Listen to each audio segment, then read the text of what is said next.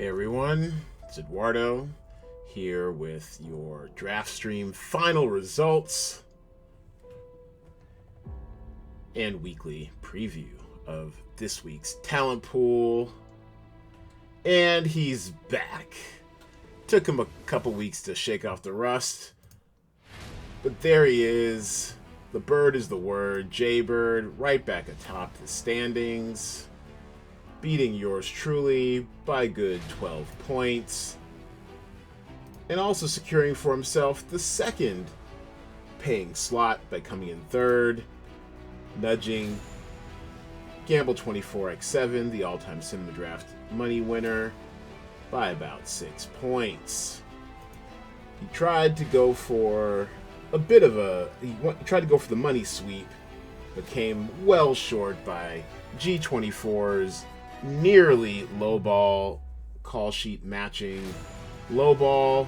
So at least G24 wins $10 here, while Jaybird takes the other, I guess, 60 this week, because we rolled over $10 from last week from my winning the lowball. So congratulations to Jaybird. Let's take a look at your call sheets again real quick. And yes, it was all Lassie all the time. He had a rarely used 7-pack, 7-stack of Psych 2 Lassie Come Home, headliner stack of United We Fall, and a headliner from Brave New World. 1271.75 was the damage. How that compares to the perfect call sheet? He was off by about 30, 35, not bad. In which case we saw a similar 7-stack of Lassie Come Home, but then also some exposure to Law and a headliner stack of Kissing Game. Kind of out of nowhere. Really, I think only one person might have used Kissing Game. I think that might have been myself. Also, my runner-up call sheet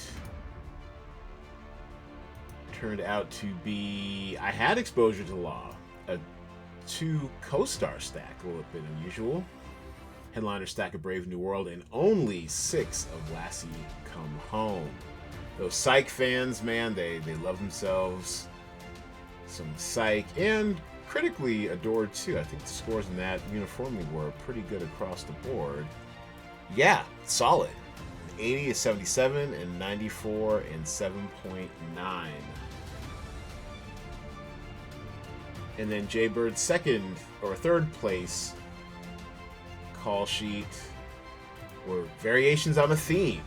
This time he had a 6-pack of Lassie, and then a pair of actors from Brave New World, and a headliner stack, Olivia Taylor-Cohen, Will Sasso from United We Fall, which just did okay. It actually is about at value, to be honest with you. Maybe a little more, considering nothing much was expected of it. On the low ball end, here's the low ball perfect call sheet.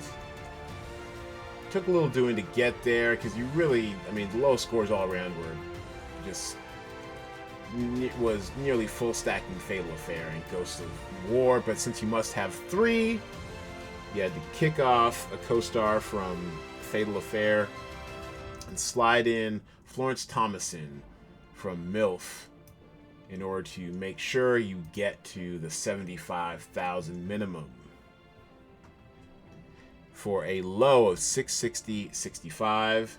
Your boy Gamble24x7 got close. He got very close with his third call sheet. 666.85. He got there with a heaping helping of Fatal Affair. What's that? A 6-pack, 3-stack of Ghosts of War, All Day Players, and Oleg Krupa from the Sunlit Night. So well played. You got close, but not quite for the $25 bonus. You'll just have to settle for $10 this week. And I think you're on a bit of a cash streak, if I'm not mistaken. I think if I share a little bit behind the curtain, I think G24 Nope, you missed the money last week. Okay. Well, the start of a new one. Second only to Jaybird and Money's 1, so good job. And Jaybird going back to his winning ways. Alright. And let's see some other notable call sheets. Nice little pileup here between 3rd and 6th. Brown Baby, she squeaks into the top 10. Besting the Roan from last week. Our winner from last week. Let's take a look at Brown Baby. Let's see how our call sheets did. And yes, we love all of this. And United We Fall, although Jaybird had access to it, he had it only in Headliner Variety. And I know this was a salary play, but a little too much exposure to a just okay performing title. But overall, she did pretty well. If you faded the Alienist, you would have had a little more salary to get maybe some more Lassie, which would have boosted your prospects. But otherwise, solid call sheet, Mom. Let's see if we can build on it for next week. The Draft Mom, our mascot, doing her thing. And we'll take a look at why Jaybird missed out on the low. And he was nowhere, 100 points off. And A Nice Girl Like You wasn't great, but it wasn't as terrible as we thought it would be. Ghosts of War is good instinct, especially to build up that salary to make the $75,000 minimum. MILF, I thought, had a good... Actually, MILF, she was part of the perfect lowball call sheet. And the Sunlit Night... a little bit of value, maybe. It's not bad. So, A Girl Like You just didn't do nearly as badly as we thought, especially when the headliner ends up giving you 97 points. You need to have Fatal Affair to have any kind of shot, and no Fatal Affair means no shot at the low. Valiant effort for the money sweep. Better luck next time, Jay Bird. All right, let's go to this week's talent pool. 15 fresh ones for you, and also before we actually go back to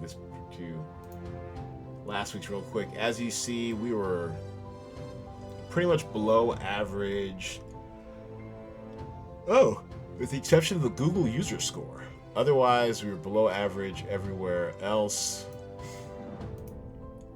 and below average on the season. It was just a down week. Just everywhere. Down in scores, down in participation. Let's see if we can swing this around this week, but I'm telling you, not a lot of compelling products on... Not a lot of compelling titles on tap this week. I guess the most interesting one, maybe, Fear City, New York versus the Mafia, a mini-series about law enforcement versus the 5 crime families of New York. I guess Kissing Booth 2 might have some sway. Quite a modest hit for... Actually, not even modest. I guess it's one of Netflix's top 10 all-time original title performers. I never saw it. I never will see it. It's not made for me. It's made for 15, 16-year-old girls, but there might be some fan excitement for that. And otherwise, I don't see a lot of stuff that I would want to watch this week. So, keeping that in mind, our talent pool, it just looks really thin salary-wise. We sort it by salary. $16,200 is the most expensive actor you're going to find on the slate. Rudy Giuliani, who I believe at the time was mayor when a lot of this was going down. He's going to be in this. $16,200 for Rudy Giuliani. So it'll be very interesting to see what strategies emerged this week. It really is anyone's week. There's no clear-cut favorites. A lot of muddling in the teens for these titles. So you're gonna have to be extra sharp on your decision making to figure it out. Amulet, horror. Horror hasn't traditionally done very well in this game, so that's pretty low. Animal Crackers, animation from Netflix. Something to keep your eye on. I think it's been out for a minute, too. Yeah. So Animal Crackers. Is this a series? I think it's a movie. So it's Emily Blunt, Danny DeVito. So that's coming to Netflix. So a little bit of star power behind the mic might help. Oh, and actually, let's clean this up. All right, there we go. Helmut Newton. I think he's a photographer of some sort. It's 12,700. Helter Skelter. Love in Harmony Valley. This UPTV doesn't seem to be a big performer, but it's got early good reviews from audiences, which I guess must have seen it on a festival or something. So that's why it's priced slightly up at $9,000 for the platform. Not a whole lot of data on UPTV. Love on the Spectrum, I think, is going to be interesting. It's already been out in Australia, and it's exactly what it sounds like. It's basically a dating show for people who are on the autism spectrum. Could be pretty heartwarming. Very small sample size, so this is definitely a change, either up or down. But I think it could perform pretty well. It could be that one of those kind of heartwarming, heartfelt shows we need right now at this time. A little bit of old school star power, Josh Hartnett in Most Wanted. The Doghouse, people love them some dogs. So this actually could outperform its $13,300 salary with Perry Fitzpatrick and Tom Bowman, those headliners. I am curious about The Rental. The Rental, it's got star power, directed by Dave Franco, co-written by Dave Franco and Joe Swanberg. Joe Swanberg of Mumblecore fame. What was it? Drinking Buddies and a few other type movies, indie darlings. Oh, not an actor. Was it? He's directed 32. Wow. Okay. Looks like he's done some Netflix shows recently. Captain Win It All, another low-budget indie Netflix series. Drinking Buddies, there it goes. And Happy Christmas, what's that? Sorry, quick cul-de-sac.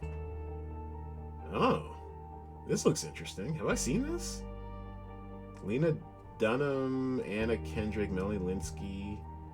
I'm intrigued. Might have to seek this out. Anyways, Joe Swanberg, indie darling.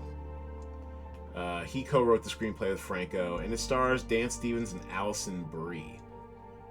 So those are your two headliners. Jeremy Allen White from Shameless. Very talented, intense actor. Toby Huss from *Halt and Catch Fire*. So this actually might be something I might want to check out, maybe. Horror, thriller. I don't really do horror. Thriller, yes. Horror, I don't know. I might check it out. Anyways, video on demand. As we know from video on demand, it can kind of be hit or miss, but since people have to seek it out and plunk down their hard-earned dollars, it could be anything, really. Yeah, that's a wide range for video on demand. Actually, I'm curious. What is the average on that? Average. Let's go video on demand.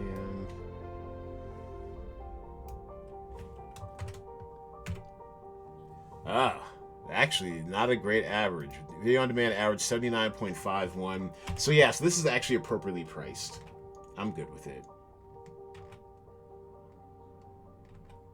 There we go. I am good with that. So, I mean, we're going to need your support now more than ever this week.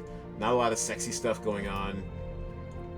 I am actually as part of the ongoing experiment, one thing I am kind of pleased with this past week, and once again, thank you so much for participating. I really appreciate this. With the Alienist, Angel of Darkness, what was good about this is that we were able to actually find second season review results for Rotten Tomatoes. That was crucial. Google, they're gonna do it as an aggregate. That's gonna have to be what it is. But we also found second season reviews for Metacritic, and same thing with Alienist season 2. It gave us this page. So wherever we can, and to give you an idea, Absentia, which is what I'm watching this weekend, which debuted its third season, we're not really able to break it out by season, I don't think. Like, I guess you can go by each episode. That's kind of messy. Season, but I don't know. I'm gonna play with the idea of maybe adding to our talent pools in the future returning shows, if there's a way we can separate previous seasons out. The Alienist made it easy for us because they had you know, this whole kind of colon situation going on here, which made it a lot easier to rate. So what we might do, so what is cool is that with Metacritic you can't separate out the seasons.